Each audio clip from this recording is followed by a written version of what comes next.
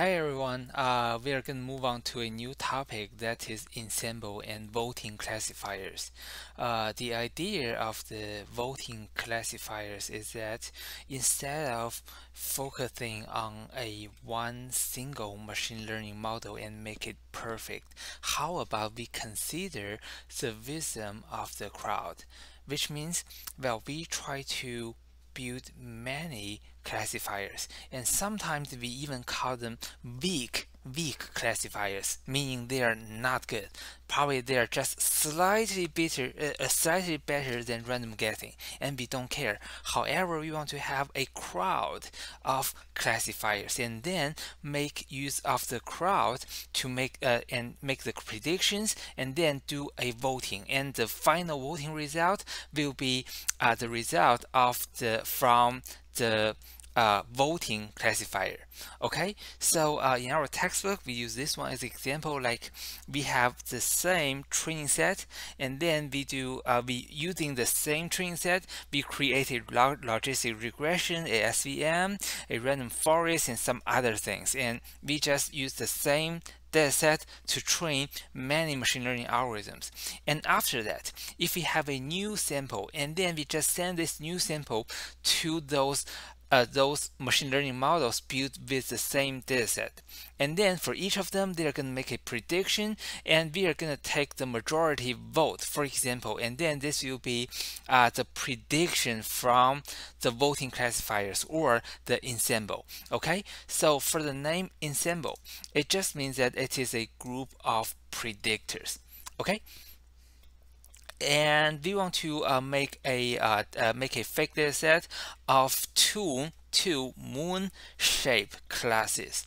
So they look like this. So one moon and then another moon. Okay, and after we have this data set, we know there are only two classes, and then we create a logistic regression, a decision tree, and then SVM.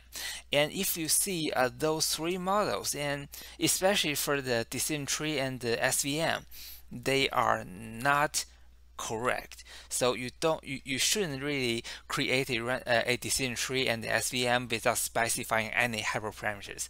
So that is a bad practice, and you may have really bad or really weak classifiers. However, in this case, we are trying to use the wisdom of the crowd. So we have weak classifiers, and we don't worry about that too much. Then the next part, we want to make a voting classifier, and in this a voting classifier, and there is a hyperparameter called estimators, and that is a hyperparameter of a list. So inside the list, we have many tuples. For each of the tuple, we have a label, which is the name of one classifier, and then the classifier we just created, which is this one, logistic regression, and we call that LR.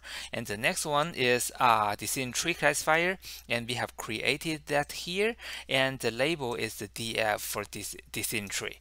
Okay, and after that, for the voting classifier, we train that, and then, well, we want to evaluate the accuracy score for the voting classifier and then the three remaining classifiers independently.